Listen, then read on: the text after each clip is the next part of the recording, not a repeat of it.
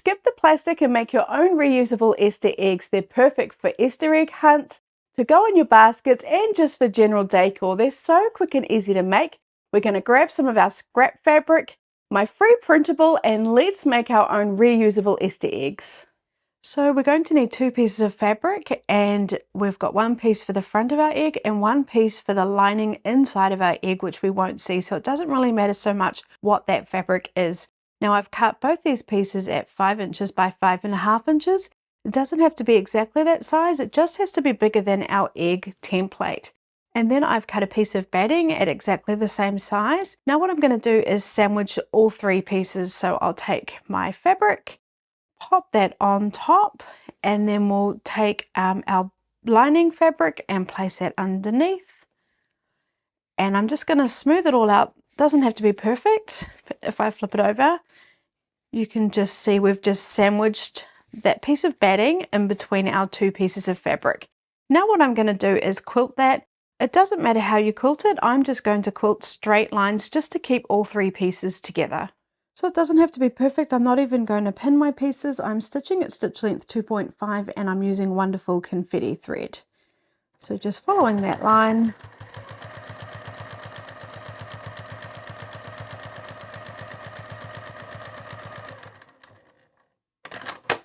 So you can quilt yours however you like. I'm just going to do a few more lines. So you can see I've finished quilting that little piece. It looks super cute, and I'm just going to set that aside and we'll move on to the next step.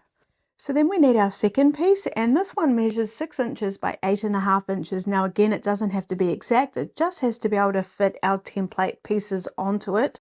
What I've done is I've folded it in half with the right sides together, and then I've given it a press. And what I'm going to do is sew along this folded edge with about a 1/8 of an inch seam allowance.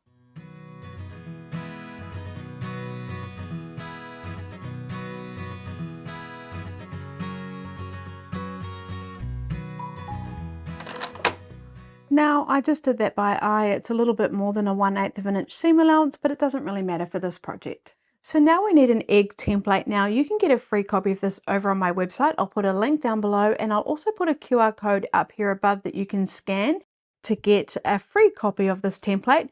Or of course you could always just draw your own egg shape. That's entirely up to you. But once you've decided what you're going to use, let's print that out or draw your shape, and then we'll cut out those templates. So firstly, I'm going to take my egg shape and place that on top of our little quilted piece. So decide which way you'd like to be the front, and then let's pop that on. And then there's 2 ways of doing this. We could either trace around our template and then cut along our drawn line, or we could just pin it on and then cut it out like that, which is what I'm going to do today.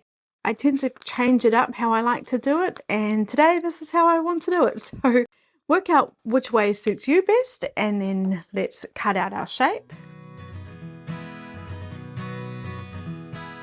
So I'm just carefully cutting around my egg shape. Now if you want to make a whole heap of these, I suggest printing the template onto card just so it's a little bit more sturdy.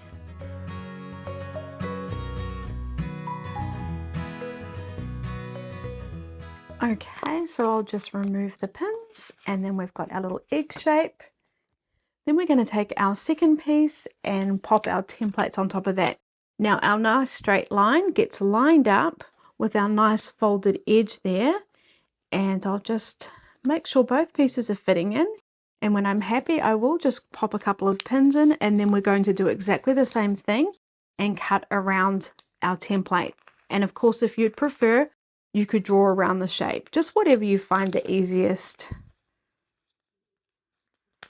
Okay, so I'm just going to grab my scissors and cut around that edge again. Now making sure we're catching both layers.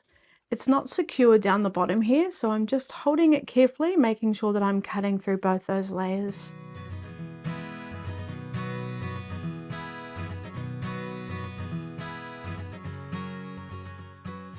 Okay, then we'll just remove the templates again.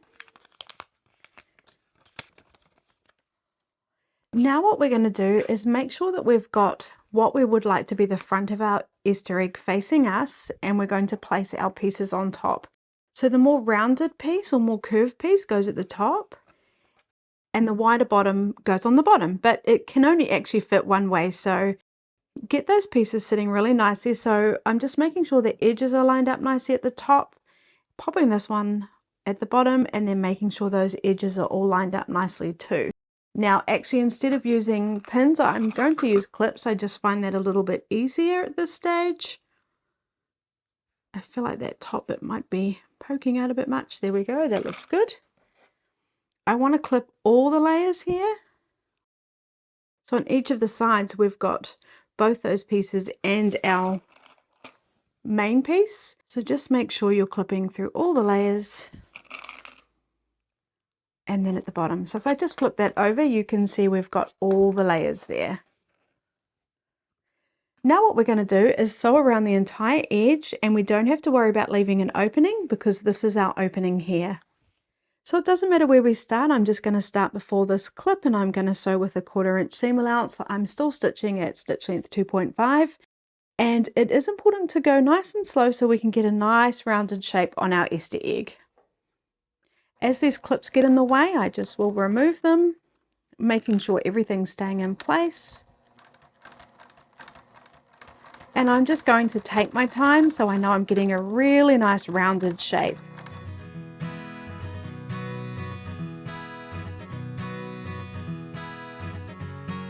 I'm coming right back to where I started. I'm just going to do a few stitches over where I started and then do a back stitch. So now if you'd like to, you can cut a little bit of the excess fabric off around all the curves here. You could just cut straight lines or do little snips. I actually find that it sits quite nicely when I don't worry about that, but it's just a personal preference. So clip your excess fabric if you'd like to. Now I'm just going to turn it right sides out. So I'm just going to flip it over. And then to make sure that it's sitting really nicely, I'm going to take my point turner, and you could use a point turner or something similar like a chopstick. This is my beautiful one from Modern American Vintage that I love so much. And I got to meet them at QuiltCon, which was really neat. So I'm just pushing out all the seams so it's sitting really nicely. And then what we're going to do is just give it a quick press and get a really nice little egg shape. So now what I'm going to do is just give it a quick press. Turn it over on the back as well. And there we have our little Easter egg. Isn't that just adorable? So what we can do is open it up and we can pop in some little treats in there, like little Easter eggs or a small little toy. And I just think that's absolutely adorable. So don't forget that you can get the free template over on my website. I'll put a link down below.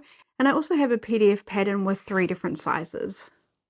So aren't these just so quick and easy to make? Now don't forget you can use your scrap fabric, and when you're making up the front part of the Easter egg, you could do that any way you like. Now, do you remember my scrappy heart coaster? Well, you could use that exact same technique to make these Easter eggs, and that would be absolutely adorable too. And if you're looking for more Easter project ideas, I'll put a link up above for my playlist.